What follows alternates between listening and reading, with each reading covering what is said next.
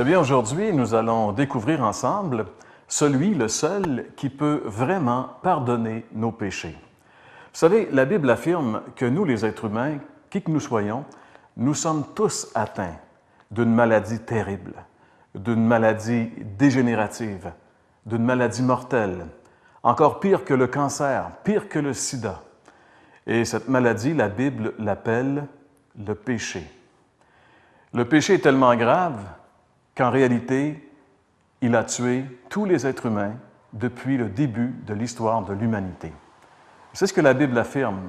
On peut lire ensemble ce passage dans l'Épître de Paul aux Romains, chapitre 5, le verset 12. « Par un seul homme, le péché est entré dans le monde, et ainsi la mort a atteint tous les hommes, parce que tous ont péché. » La seule explication logique, la seule explication valable pour la mort, c'est le péché. Et la Bible dit non seulement que le péché est à la source, à l'origine de la mort physique de l'homme, mais la Bible dit encore plus que le péché est aussi à la source de la seconde mort, la deuxième mort. Et elle définit cette mort comme étant la séparation éternelle d'avec Dieu, on pourrait dire l'enfer éternel. Mais heureusement pour nous, il y a un remède à cette maladie. Un seul, c'est la foi dans l'œuvre et la personne de notre Seigneur Jésus-Christ. Et pour en être convaincus, nous allons nous inspirer d'un fait, un fait historique qui s'est déroulé durant le ministère terrestre de Jésus. Cette petite histoire qu'on retrouve dans l'Évangile selon Marc au chapitre 2. Le plus grand ministère de Jésus, en réalité, s'est déroulé autour du lac de Galilée et parmi un de ces villages qui s'appelait Capernaum, c'est un peu l'endroit où Jésus a fait le plus de miracles. Et un jour que justement il était dans cette maison, la maison probablement de l'apôtre Pierre, Jésus était là en train d'enseigner les gens et de guérir des malades et une foule immense s'était assemblée autour de lui.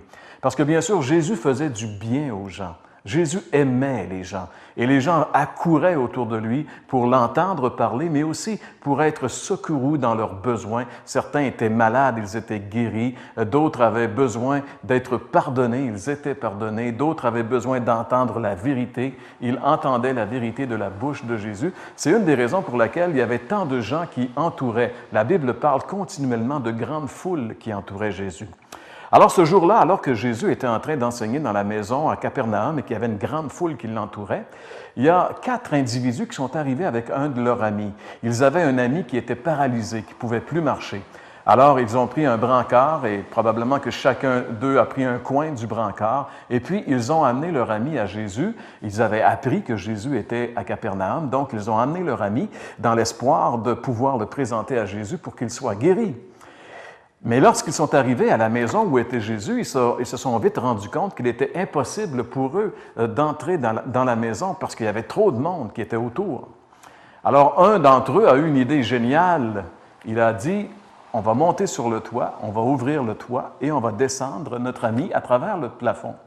Et on sait que les maisons en Orient, à cette époque-là, la plupart des maisons avaient des toits de tuiles ou enfin, c'était très facile de pouvoir percer le toit pour y pénétrer. Donc, c'est ce qu'ils ont fait, ils ont percé le toit. Et alors que Jésus était là en train d'enseigner les gens, en train de parler à tous ces gens qui l'écoutaient, il s'est bien aperçu qu'il y avait du bruit en haut.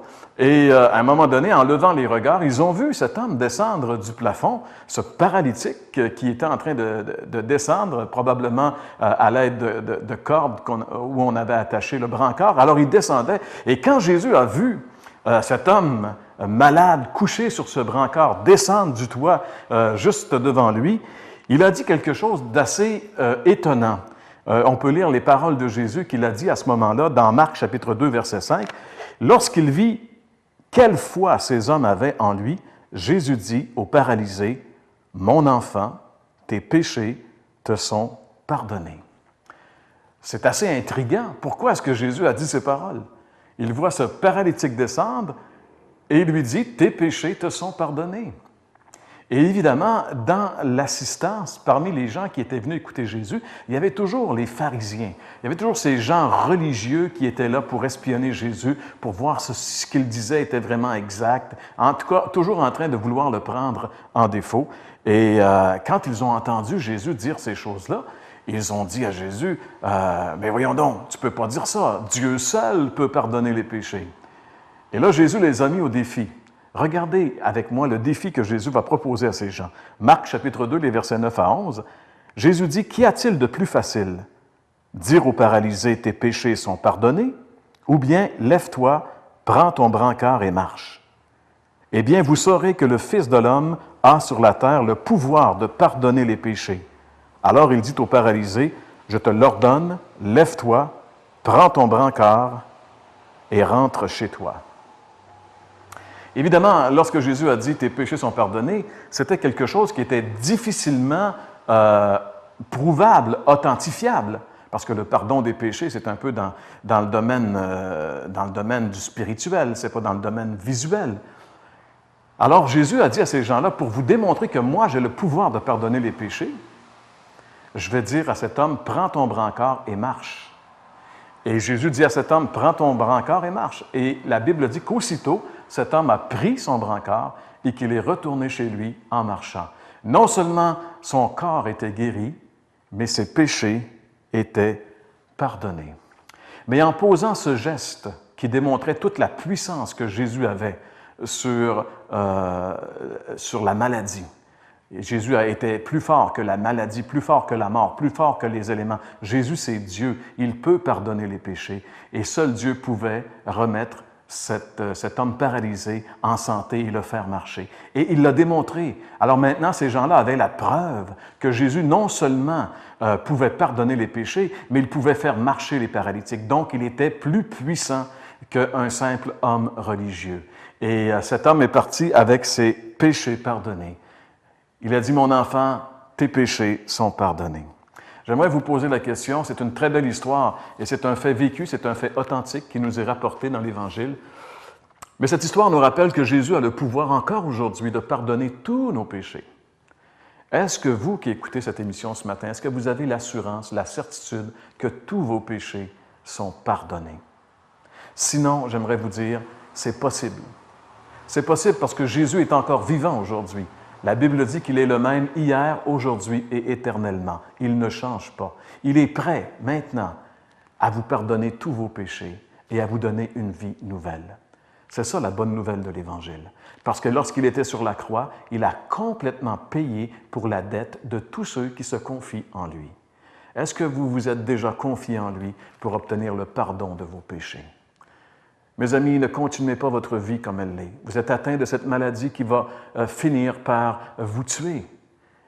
Mais non seulement vous tuer pour mettre un terme à votre vie physique, mais pour mettre un terme à votre existence éternelle, pour vous envoyer dans un lieu de tourment terrible.